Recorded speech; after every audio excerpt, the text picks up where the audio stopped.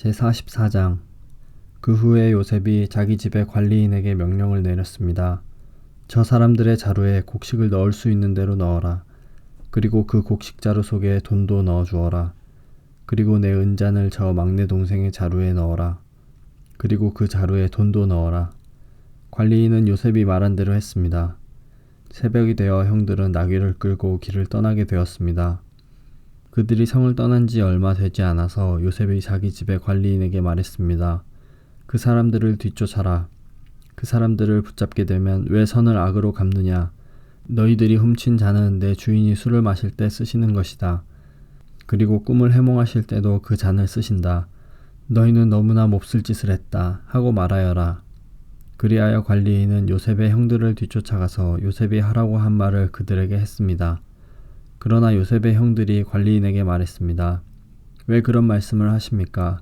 우리는 그런 일을 할 사람들이 아닙니다. 우리는 우리 자루 속에 있던 돈도 당신에게 다시 돌려주었습니다. 우리는 그 돈을 가나안 땅에서 다시 가지고 왔습니다. 그런 우리가 당신 주인의 집에서 은이나 금을 훔칠 리가 있겠습니까?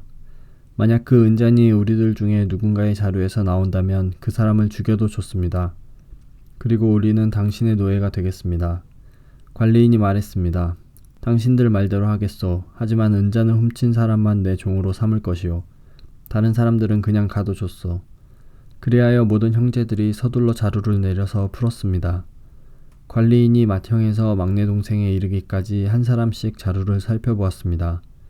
관리인은 베냐민의 자루 속에서 은잔을 찾아냈습니다.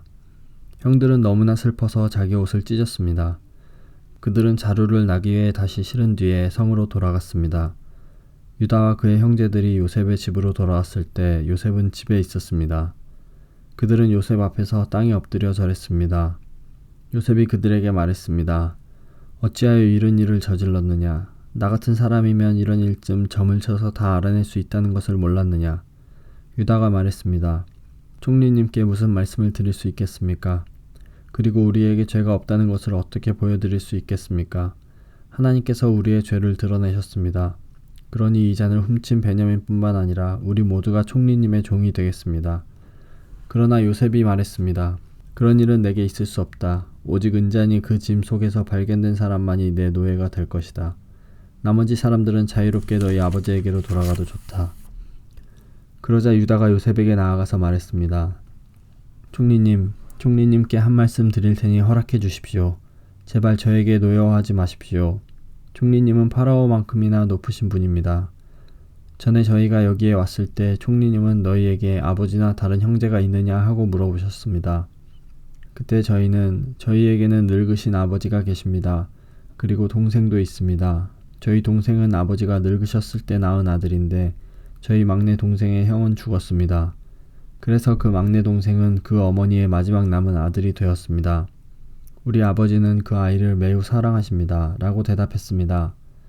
그러자 총리님은 저희에게 그 동생을 나에게 데려오너라. 그 사람을 보고 싶다 하고 말씀하셨습니다. 우리는 총리님께 그 어린아이는 자기 아버지를 떠날 수 없습니다. 만약 그 아이가 아버지를 떠나면 아버지는 돌아가시고 말 것입니다. 라고 말씀드렸습니다. 하지만 총리님은 너희 막내 동생을 데리고 와야 한다. 만약 데리고 오지 않으면 다시는 나를 못 볼 줄 알아라 하고 말씀하셨습니다. 그래서 저희는 저희 아버지에게로 돌아가서 총리님께서 말씀하신 그대로 말씀드렸습니다.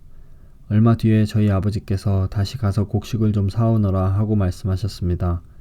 그래서 저희가 아버지께 말씀드렸습니다. 막내 동생과 함께 가는 것이 아니라면 갈 수 없습니다. 막내 동생을 데리고 가지 않으면 총리를 만날 수 없을 것입니다. 그러자 제 아버지께서 저희에게 말씀하셨습니다. 너희도 알듯이 내 아내 라헬은 내게 두 아이를 낳아주었다. 그런데 한 아들은 나를 떠났다. 나는 그 아이가 틀림없이 들짐승에게 찢겨 죽었다고 생각한다. 그 아이가 나를 떠난 뒤로 나는 그 아이를 한 번도 보지 못했다. 그런데 너희가 이제는 이 아이마저도 내게서 빼앗아 가려고 하는구나. 이 아이에게 어떤 좋지 않은 일이 일어날지 모른다. 그렇게 되면 나는 죽을 때까지 슬퍼하게 될 것이다. 그러니 저희가 그 막내 동생 없이 집에 계신 아버지께 돌아가면 어떤 일이 일어나겠습니까? 저희 아버지에게 그 아이는 무엇보다도 가장 소중한 아들입니다. 아버지께서 만약 그 아이가 저희와 함께 오지 않는 것을 아신다면 아버지는 돌아가실 것입니다. 그렇게 되면 저희는 아버지를 돌아가시게 한 죄인이 되고 맙니다. 저는 아버지께 그 아이를 무사히 돌려보내드리겠다고 약속했습니다. 저는 아버지에게 만약 제가 그 아이를 아버지에게 돌려보내지 못하면 두고두고 그 죗값을 받겠습니다 하고 말했습니다. 그러니 제발 저를 남겨두어 종으로 삼으시고 그 아이는 형들과 함께 집으로 돌아가게 해주십시오. 그 아이를 데리고 가지 않는 한 저는 아버지께로 돌아갈 수 없습니다. 저는 아버지가 슬퍼하시는 모습을 차마 볼 수 없습니다.